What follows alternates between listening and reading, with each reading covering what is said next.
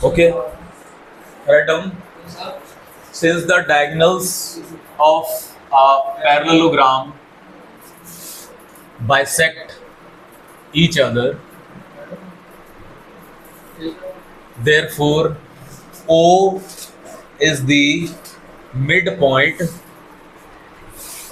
of AC and BD। O जो है वो मिड पॉइंट हो गया क्योंकि डायगोनल बाइसेक्ट करते हैं पैरेललोग्राम की, ये प्रॉपर्टी है। ऐसे क्वेश्चन ही बोर्ड पूछता है, पिछली चीजें वो पूछेगा, हक भी बनता है उसका पूछने का।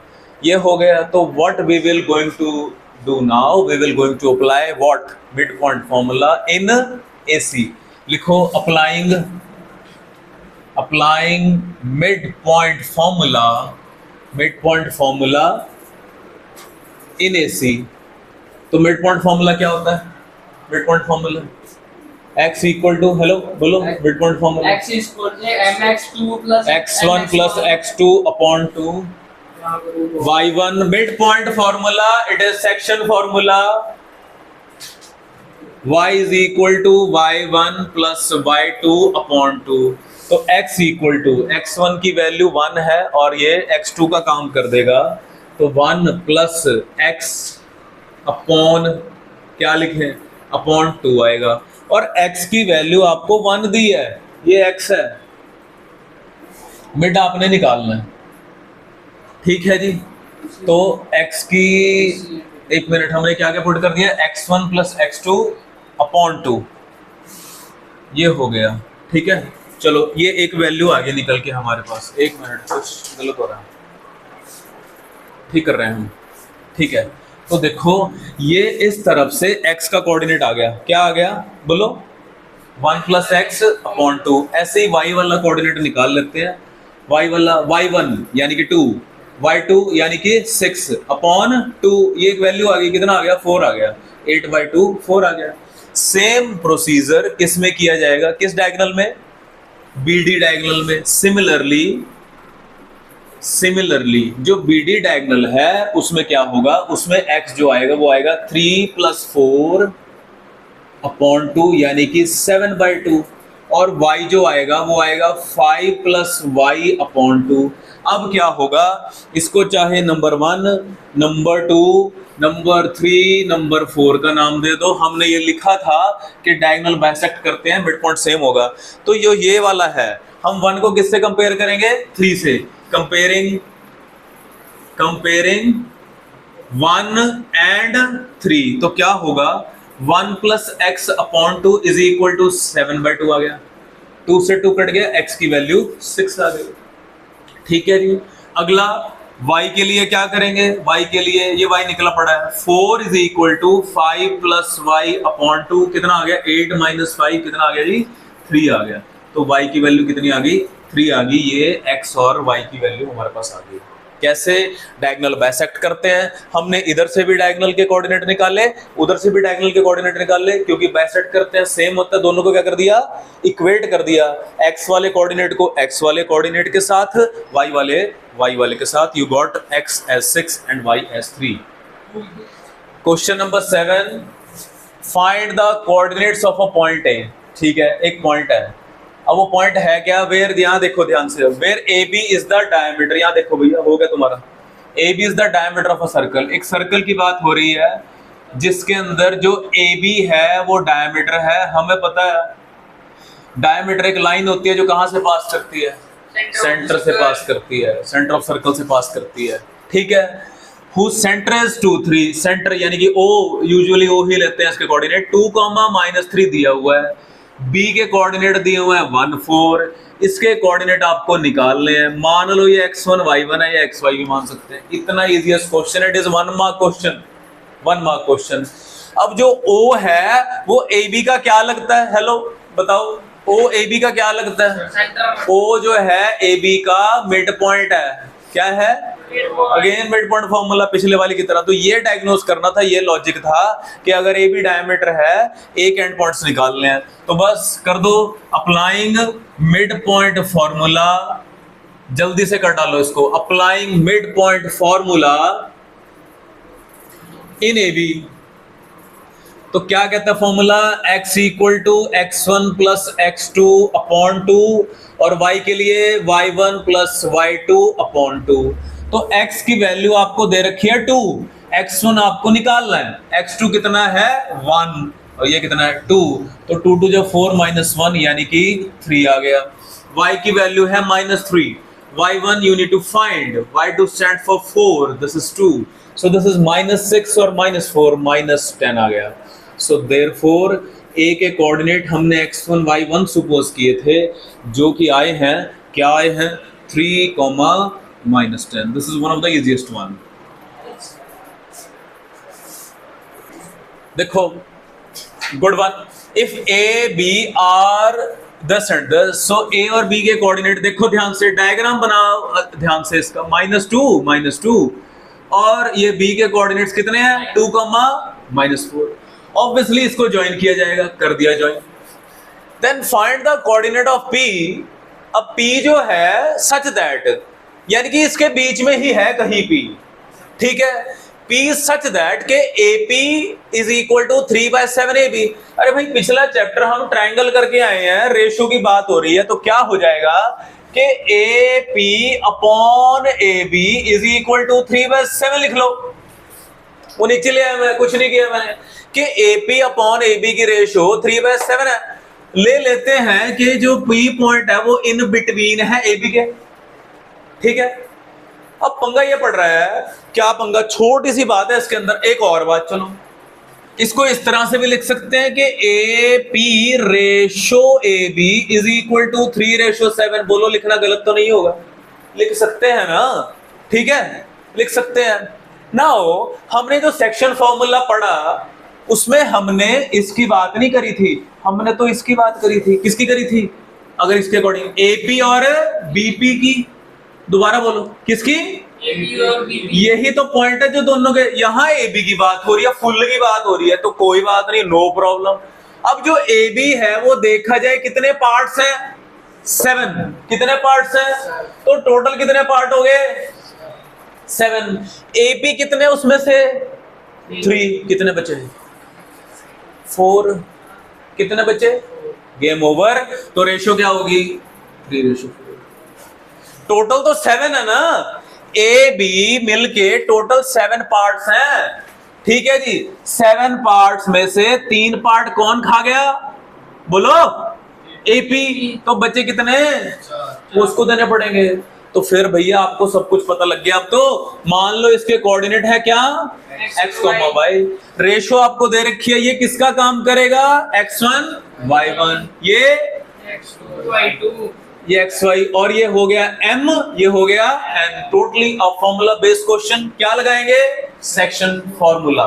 सेक्शन फॉर्मूला लगाओगे, क्या कहता है, x equal to mx2 plus nx1 upon m plus n। x की वैल्यू हमें निकालनी है, m बोलो 3, x2 की वैल्यू 2, n कितना है 4, x1 कितना है -2, नीचे 3 + 4।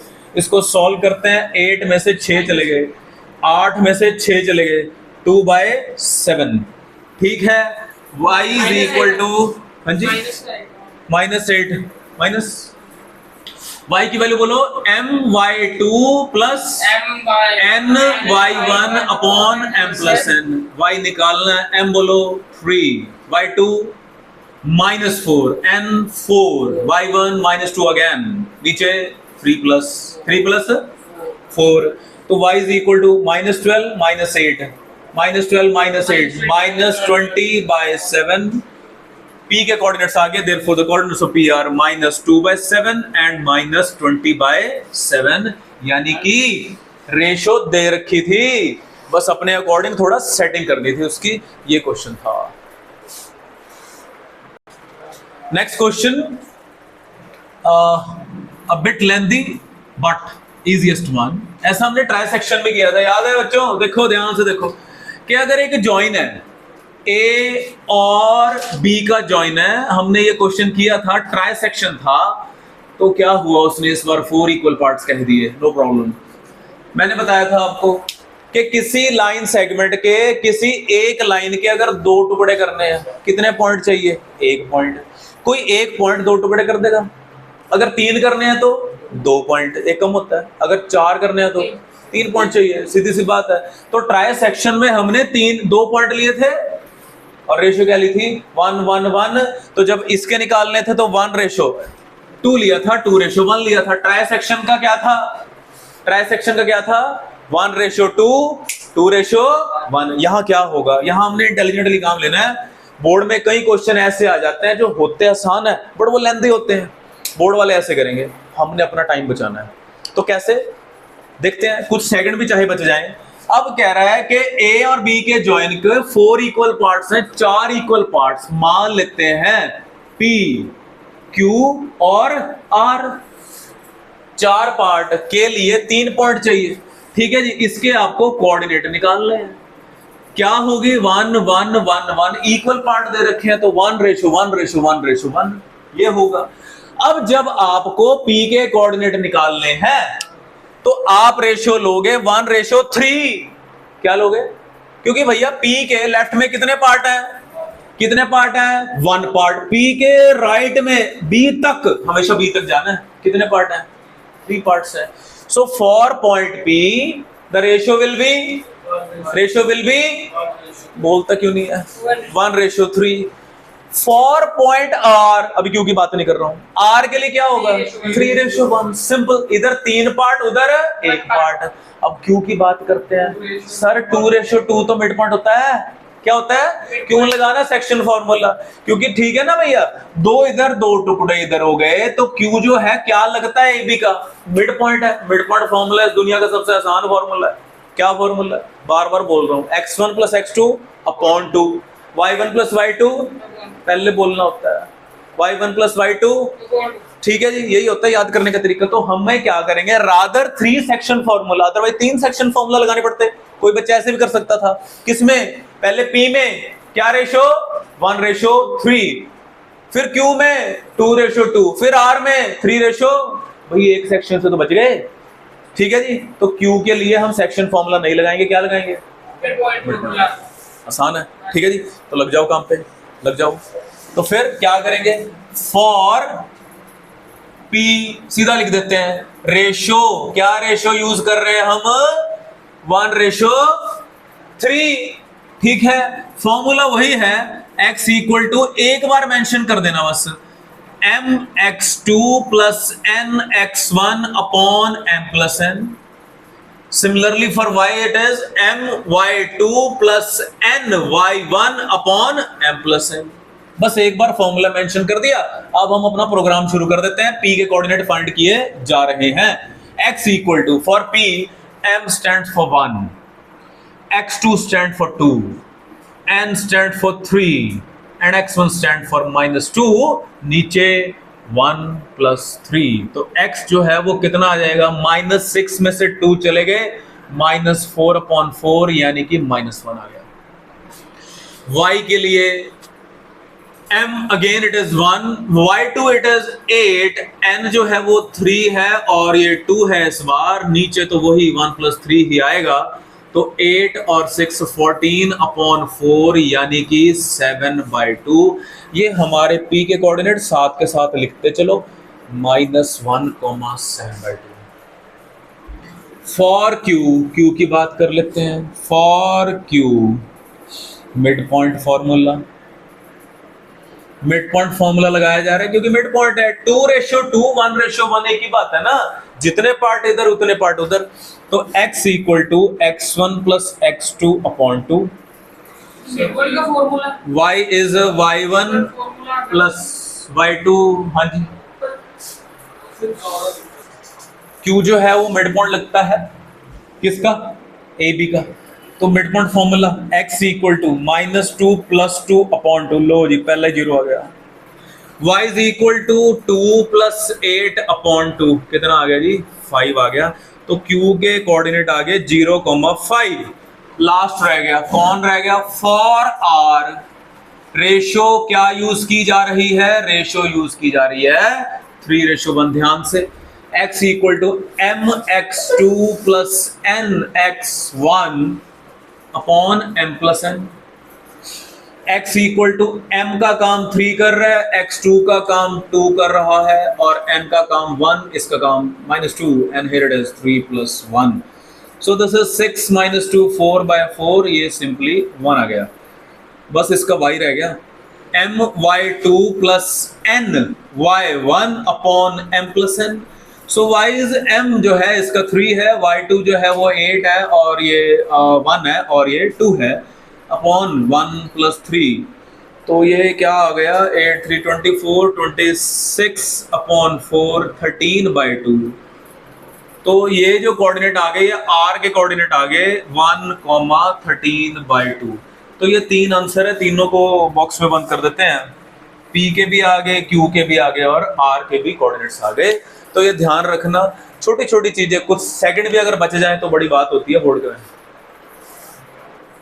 So last question of this exercise, find the area of rhombus। अच्छा, rhombus कहाँ से आ गया? If it vertices are, कोई बात नहीं।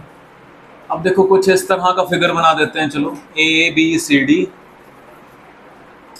A के हैं 3,0, B के हैं, ऑर्डर में ही लेना है, ऑर्डर नहीं तोड़ना, ऑर्डर तोड़ोगे तो दिक्कत हो जाएगी।